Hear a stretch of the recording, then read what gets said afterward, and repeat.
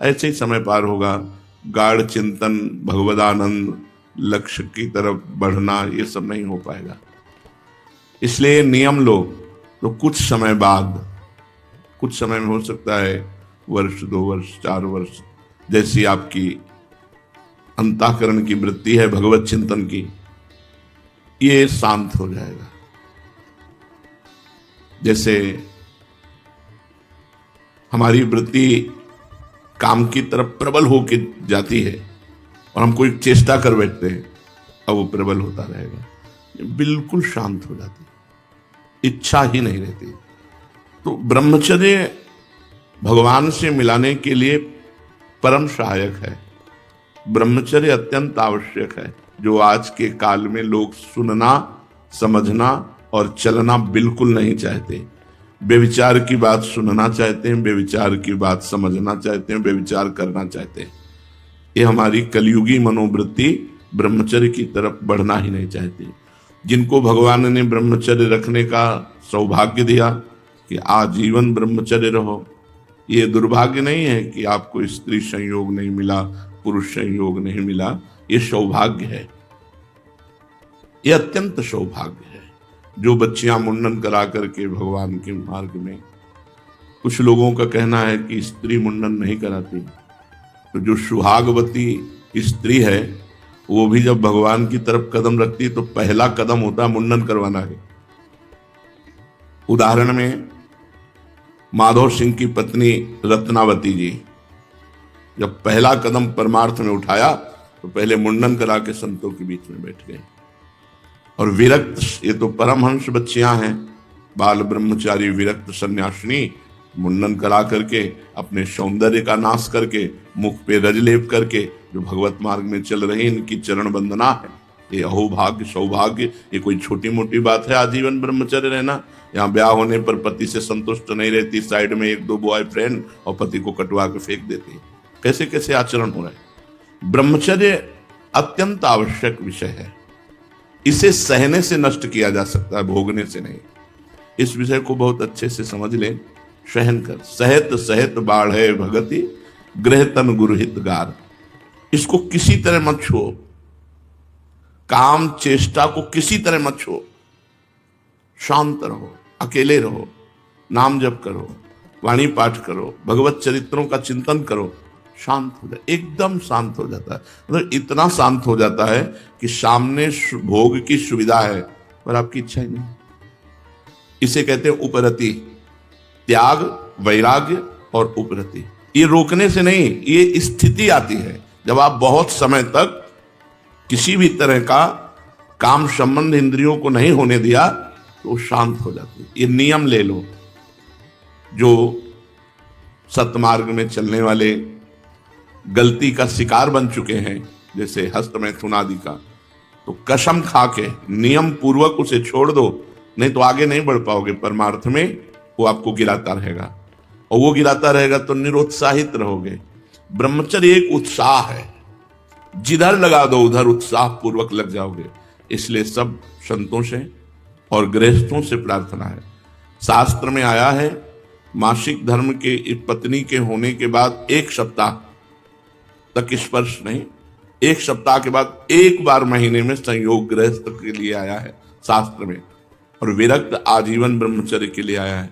तो आजीवन ब्रह्मचर्य मात्र से ही आपको भगवत प्राप्ति हो जाएगी, क्योंकि वो इतना उत्साह प्रकट करेगा कि आप बैठ ही नहीं सकते। आप सत्कर्म करेंगे, नाम जप करेंगे, वाणी पाठ करेंगे। ब्रह्मचर्य नींद को, तमोगुण को नष्ट कर देता है। ब्रह्मचर्य भागवतिक उत्साह नष्ट कर देता है। ब्रह्मचर्य शरीर की पीड़ा को सहने की सामर्थ्य देता है। ब्रह्मचर्य में होश रहता है और जोश रहता है। होश भी रहता है, जोश भी रहता है। लोग जोश में होश खो देते हैं, लेकिन ब्रह्मचारी जोश में होश में रहता है, होश में ही जोश का प्रयोग करता है। बेहोश होकर जोश का प्रयोग नहीं करता, उसमें दिव्य तेज रहता है। इसलिए यहां कह रहे हैं कि लंबे समय तक यदि काम का संयोग ना किया जाए तो इंद्रियां शिथिल हो जाती हैं और काम क्रमशः नष्ट हो जाता है। क्रमशः शब्द है, क्रमशः का मतलब धीरे धीरे। अभी कम वेग से आया, फिर और कम वेग से आएगा, फिर और कम, फिर स्फुरना होगी, फिर शांत हो जाएगा। और पवित्र प्रेम का उदय होता है काम नष्ट होने पर। जो भगवत प्रेम है वो काम नष्ट होने पर उदय होता है। इसलिए दृढ़तम रहो, दृढ़तर और दृढ़तम रहो कि हम किसी भी तरह काम की प्रेरणा से कोई भी इंद्रिय का प्रयोग नहीं करेंगे। यदि वैरागी वैराग्य मार्ग में हो तो दृढ़तम हो जाओ, मतलब दृढ़तर और दृढ़तम मतलब महान दृढ़ हो जाओ कि मर सकता हूं लेकिन गलत आचरण नहीं कर सकता। भूल न दे कुमारग पाऊं, ऊसर बरसे तरण नहीं जामा, संत हृदय जिमि उपज न कामा। संतों का हृदय निष्काम हो जाता है। आप सब संत वेश में हैं, भगवत मार्ग में हैं, तो ये नियम लीजिए कि हम कभी हस्त क्रिया नहीं करेंगे। अंदर से नियम लीजिए कि कभी हस्त क्रिया नहीं करेंगे। और जब हस्त क्रिया ही नहीं करेंगे तो दूसरों का स्पर्श और दूसरों की तरफ देखना, दूसरों की तरफ क्रिया की भावना करना, ये तो बहुत ही दूरी बात है। साधक को कभी ऐसे संकल्प न बनने देना, क्योंकि सबसे पहले विषयों का ध्यान होता है, फिर उसकी स्फुरणा होती है, फिर उसका संकल्प बनता है। कामना जो है वो स्फुरणा ही है, फिर संकल्प बनता है, फिर संकल्प में बाधा पड़ने पर क्रोध आता है और संकल्प की पूर्ति होने पर लोभ आता है। दोनों नाश कर देते हैं। क्रोध से मूढ़ता से स्मृति का नाश, स्मृति से बुद्धि का नाश। ध्यायतो विषयान पुंसान संगास तेषूप जायते, संगात संजायते कामात क्रोधो भी जायते, क्रोधात भवति सम्मोहा स्मृति विभ्रमा, स्मृति भ्रंशात बुद्धिनाशात प्रणश्यति। साधक को ध्यान रखना चाहिए कि जैसे काम का चिंतन हुआ तत्काल हटाओ उसको। संगास तेषूप जायते, संग करने की इच्छा हो जाएगी। संग करने की इच्छा होते ही काम बलवान हो जाता है और वो संकल्प बना लेता है। संकल्प बनाते ही क्रोध सम्मूढ़ता या लोभ सम्मूढ़ता दोनों स्मृति का नाश करके बुद्धि का भ्रष्ट हो जाना, तो परमानंद की प्राप्ति फिर नहीं हो पाती। तो जो हमारे परमार्थ में सबसे ज्यादा घातक वस्तु है वो है काम। इस काम से सब लोग पीड़ित हैं, पूरा चराचर जगत पीड़ित है। अगर कोई बच सकता है तो नाम जापक, भगवत मार्ग का पथिक, संयम से चलने वाला। ये अविद्या है शरीर। इस शरीर को बहुत पुष्ट करना, बहुत बलवान करना ठीक नहीं। हमारे अंदर जब काम सताए, जब हमारे अंदर ऐसी गंदी प्रेरणाएं आए, तो हमें उपवास का आश्रय लेना चाहिए। उपवास से बहुत जल्दी पवित्रता हृदय में आ जाती है, शरीर शिथिल होने लगता है, तो इंद्रियां शांत हो जाती हैं, मन शांत होने लगता है। जब कभी किसी उपासक को ऐसा लगे कि अब असहनीय काम आ रहा है, तो 2, 4, 5 दिन 10 दिन के लिए भोजन छोड़ दो, पानी ले लो, थोड़ा फल ले लो, थोड़ा दूध ले लो, ऐसे 10-5 दिन रहो, अपने आप शांत हो जाएगा। शांत हो गया फिर भोजन लेने लगो, फिर बढ़ गया फिर शांत कर लो। इस तरह यदि लंबे समय तक काम का संयोग ना होने दोगे तो इसमें लिखा हुआ है कि क्रमशः वो शांत हो जाएगा। विश्वास करो, भगवान सदा ही तुम्हें देख रहे हैं, तुम्हारे अत्यंत समीप हैं, तुम्हारी प्रत्येक स्थिति को वो जांच रहे हैं। अंदर जो तुम्हारी स्थिति है उसको वो जांच रहे हैं, तुम्हारी हर एक हरकत को वो देख रहे हैं। साधु, साधक, भक्त, वैष्णव बड़े ध्यान से सुनो। जिनकी तुम आराधना करके प्रसन्न करना चाहते हो वो भगवान तुम्हारे साथ हैं, तुम्हारी अंदर की स्थिति को देख रहे हैं, बाहर की परिस्थिति को देख रहे हैं, तुम्हारी एक एक हरकत को देख रहे हैं। जब तुम कोई हरकत करो तो तुम्हें ध्यान आना चाहिए कि प्रभु देख रहे हैं। क्या मैं इस हरकत से प्रभु को प्रसन्न कर पाऊंगा? ये हरकत करूं, गंदी बात करूं और फिर मैं प्रभु से कहूं प्रभु तुम प्रसन्न हो जाओ, तुम हमारे स्वामी हो। बस विश्वास पूर्वक तुम्हें यह समझने की जरूरत, बहुत जल्दी ठीक हो जाओगे कि हर समय प्रभु हमारी बात देख रहे हैं, हमारी चेष्टा देख रहे हैं। भगवान यद्यपि तुम्हारे परम सुहृद हैं, निकट से निकट केवल भगवान ही हैं और सब दूरी है। शरीर के संबंधी भोग, शरीर संबंधी रिश्ते नातेदार, ये सब विनाशी हैं, ये सब दूर हैं। तुम अविनाशी हो और तुम्हारे भगवान अविनाशी है। तुम्हारे निकट से निकटतम केवल भगवान है। सच्चे मन से अब उन्हें अपना परम सुहृद समझकर पुकारोगे तो तत्काल तुम्हारी सुनवाई होगी और भगवत कृपा उतरेगी और तुम्हें तुम्हारी स्थिति से ऊपर उठाकर परम दुखों से पार कर देगी। भगवान परम दयालु है, तुम चाहे कितने पतित हो, कितने ही पातकी हो, कितने ही घृणित क्यों न हो, भगवान का ऐसा स्वभाव है कि वो कभी किसी से घृणा नहीं करते, तो तुमसे भी घृणा नहीं करते। तो तुम इस बात को समझकर कातर स्वर में उन्हें पुकारो, वो एक क्षण में तुम्हारी स्थिति बदल देंगे। बिल्कुल कहता हूं, एक क्षण में स्थिति बदल देंगे।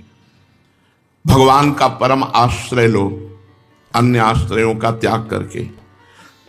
इस संसार में कोई भी तुम्हें अपना नहीं मानता, हृदय से कोई नहीं मानता। ये बाहरी संबंध सुखों के लिए हैं। हम तुम्हें भोग कर सुख ले लें, तुम्हारे द्वारा सुख ले लें, तो तुम हमारे प्रिय, और अगर जिस दिन ये पता चला कि हमारे लायक नहीं रहा, तो फिर देखो कोई नहीं पूछता। तो इसलिए तुम भगवान का परम आश्रय लो और भूल जाओ अपने रिश्ते नातेदारों को, भूल जाओ सारे संबंधों को। भगवान से विनय करो कि मुझे घर परिवार रिश्ता नाता याद ही ना आवे, आप ही स्मृति में रहें और सारे कार्य आपकी स्मृति में रहें। कोई अन्य हमारी स्मृति को न चुरा ले, हमारी स्मृति न बन जाए कोई। हमारा परम धन है स्मृति। यदि हमने किसी को अपना माना तो वो हमारी स्मृति को चुरा लेगा, भगवत स्मृति को रोक देगा और उसकी स्मृति आने लगेगी। चाहे तुम बिल्कुल निराश्रित हो, एक बार हृदय से भगवान को अपना मानकर सारे संबंध छोड़ करके देखो, तुम महामधुरमय आनंद में डूब जाओगे। पक्की बात है। एक बार भगवान से, हर बार सबको हमने अपना माना, अब एक बार केवल भगवान को अपना मानकर उनका भजन करते हैं, फिर देखो परिणाम में कितना आनंद आता है।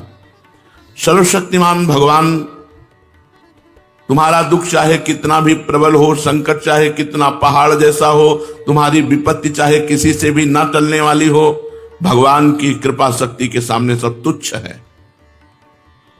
तुम विश्वास करके भगवान की शरण में हो, भगवान का नाम जप करो, सर्वशक्तिमान भगवान को पुकारो, वे तुम्हारी विपत्ति, तुम्हारे संकट, तुम्हारे दुख ये क्षण में हर लेंगे।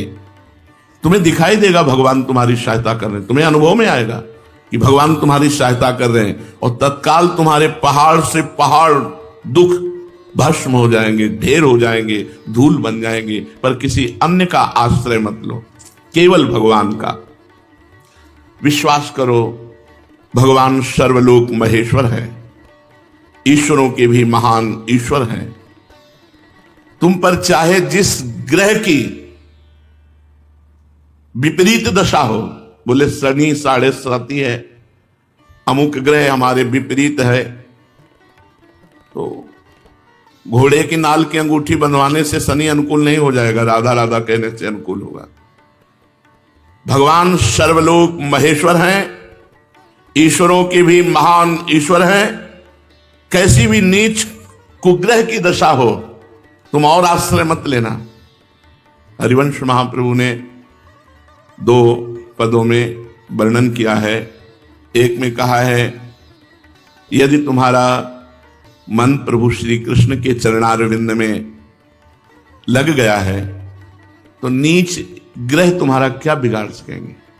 जो पे कृष्ण चरण मन अर्पित, तो करी हैं का नवग्रह रंग ये बेचारे गरीब नवग्रह। क्यों? क्योंकि ईश्वरों के ईश्वर सर्वलोक महेश्वर भगवान की शरण में है, तो ये तुम्हारे ऊपर कोई कुप्रभाव नहीं दिखा सकते। कोई ग्रह नक्षत्र, कोई भी गांव में एक दूसरे से लड़ाई लड़ने लगते, जैसे घर से निकले खाली बाल्टी लेकर के पानी लेने जा रहा है, अब उससे लड़ जाएगा, हमारा अपशकुन कर दिया खाली बाल्टी। कुछ नहीं, सब बाहरी बातों से नहीं। जिते विनायक शुभ अशुभ विघ्न करे नहीं कोई, विघ्न करे नहीं कोई, डरे कलिकाल कष्ट भय, हरे सकल संताप हरस हरिनाम जपत जय। जहां तुम्हें अमंगल लगता हो वहां से तुम चले जाना, तुम्हारा मंगल होगा, अमंगल नहीं होगा। और अगर भगवान का भजन नहीं करते हो तो तुम चाहे जो कुछ कर लो, तुम्हारा परम मंगल नहीं हो सकता। कोई भी ग्रह नक्षत्र तुम्हें सुखी नहीं कर सकते। अगर हमारे हृदय में यह विश्वास हो जाए भगवान के प्रति, तो हमें इन सब बाहरी बातों से बचत हो जाए। तुम्हारा काम बनेगा भगवान का नाम जप करने से, भगवान की शरण में होने से। ये सब बाहरी बातें हैं। हम कहते हैं सांप बिल के भीतर घुसा बैठा है, ऊपर से लठ चला रहे हो, उसको कोई फर्क पड़ेगा? ये सब ऊपरी बातें हैं। पाप प्रवृत्ति जो दुख की जड़ है वो यहां है, वो नष्ट होगी भगवान के आश्रय से और भगवान के भजन से। इन सब बाहरी बातों को छोड़ो, इन सब बातों से कुछ नहीं होता, बड़ी मूर्खता छाई हुई है। हम आपसे प्रार्थना करते हैं, किसी ग्रह नक्षत्र की शांति के लिए या किसी देवी देवता की प्रसन्नता के लिए किसी भी जीव को कष्ट मत देना। अगर तुम किसी जीव की बलि दोगे तो तुम्हारी बलि चढ़ेगी और वो लेगा महाबली काल। काल तुम्हें ऐसी बलि चढ़ाएगा, होश में हो जाओ। कभी ऐसा सिद्धांत नहीं हुआ कि जो दूसरों को दुख दे और स्वयं सुखी हो जाए। नहीं, जिसने दूसरों को सुख दिया वही दुखों से पार पाया। इसलिए नवग्रहों की शांति के लिए, विनायकों की शांति के लिए एकमात्र उपाय है भगवान की शरण में होकर भगवान का नाम जप करो, सर्व मंगल हो जाएगा।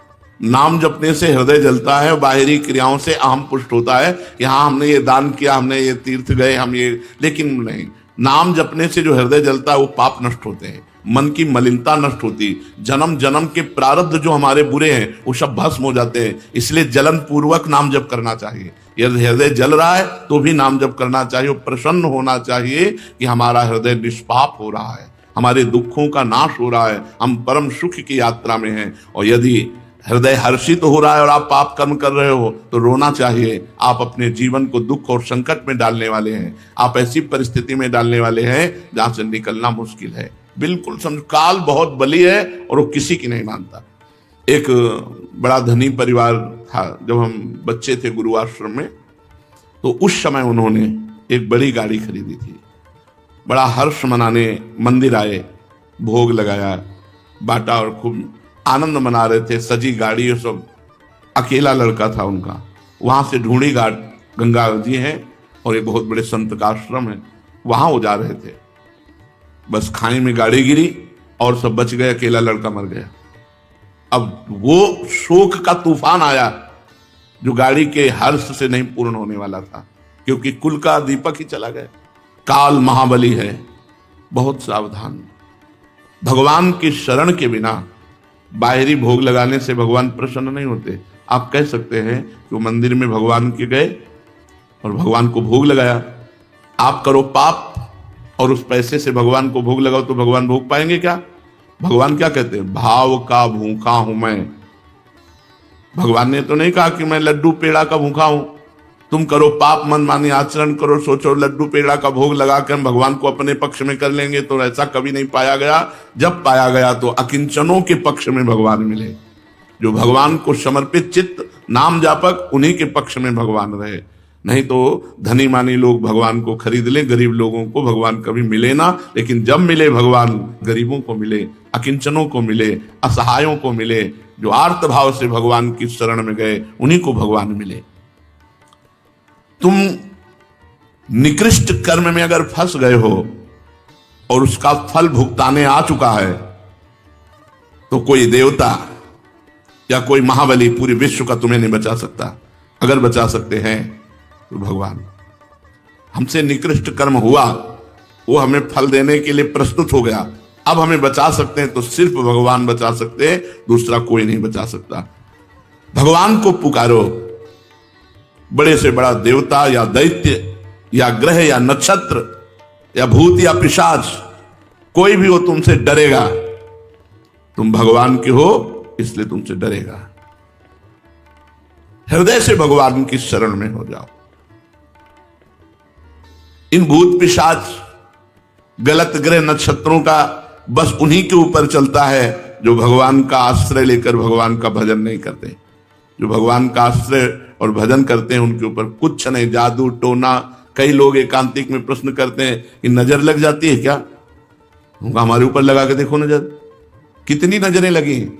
अरे ऐसे किसी की नजर, किसकी नजर में इतनी ताकत है नजर में कि दूसरे का बुरा कर दे। हमारे कर्म यदि बुरे नहीं है तो किसी की ताकत नहीं, किसी की नजरों में ऐसी ताकत नहीं कि हमारा बुरा कर दे। और हम यदि बुरे आचरण वाले हैं तो कोई भी सुख हमको नहीं मिलेगा, वो दुख में परिणित हो जाएगा। इन सब बाहरी बातों पर सत्संगी लोग ध्यान ना दें।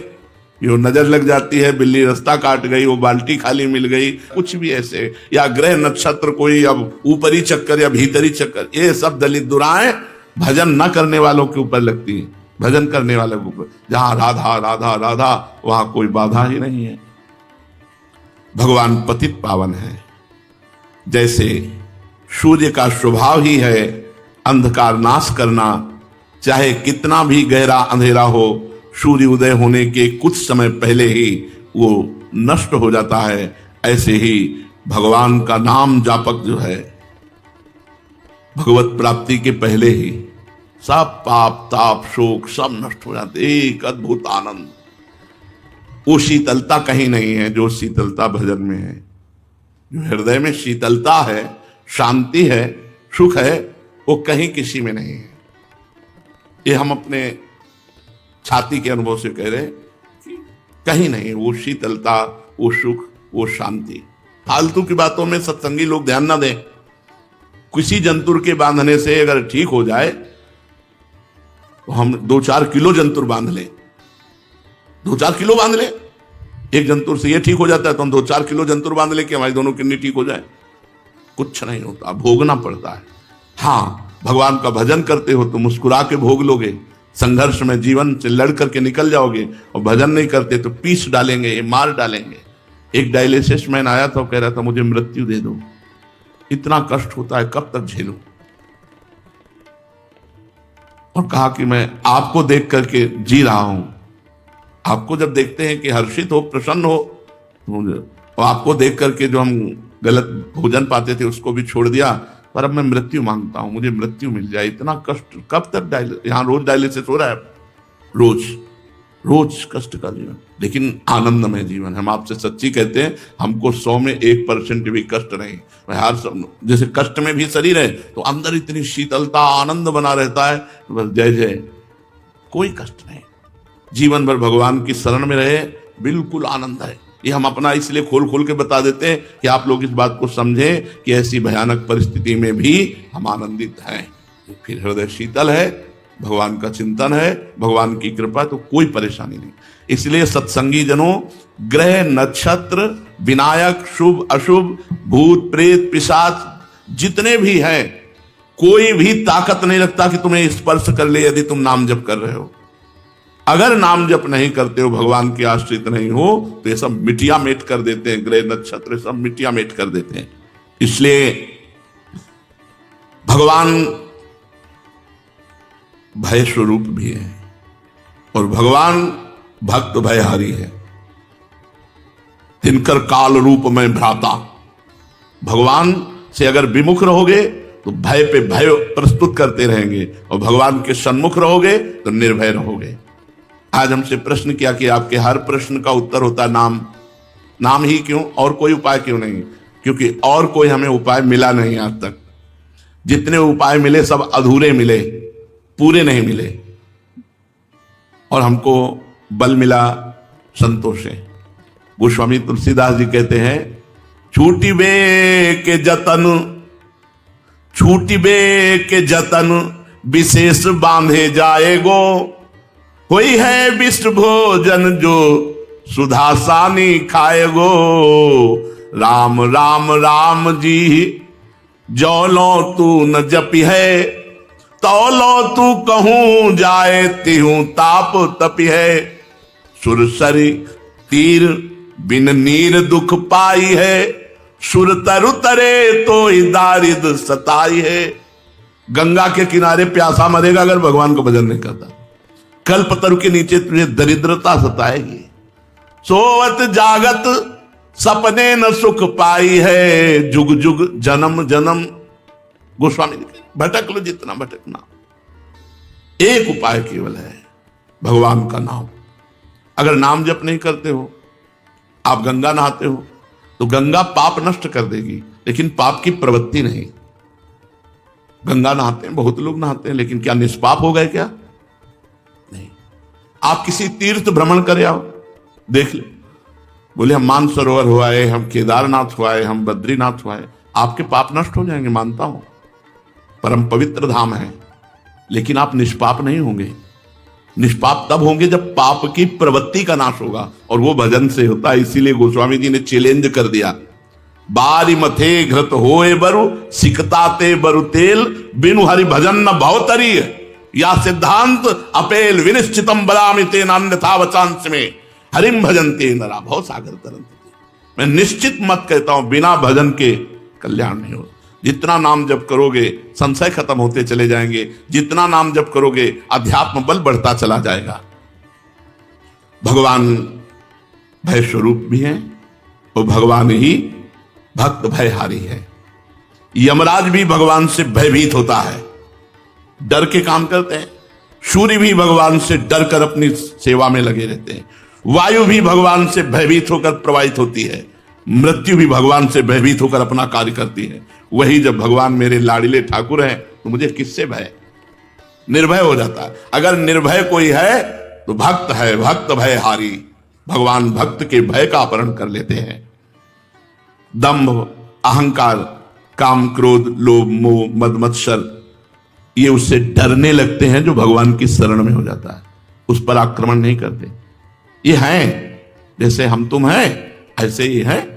ये सरकारी आदमी हैं, दंड विभाग है, ये भगवान का दंड विभाग है। जो भगवान से विमुख होकर गलत आचरणों में गया तो काम, क्रोध, लोभ, मोह, मद मत्सर मिटिया मेट कर देते हैं। दंड विभाग है। काम, क्रोध, लोभ, मोह, मद मत्सर ये भगवान के दंड विभाग हैं।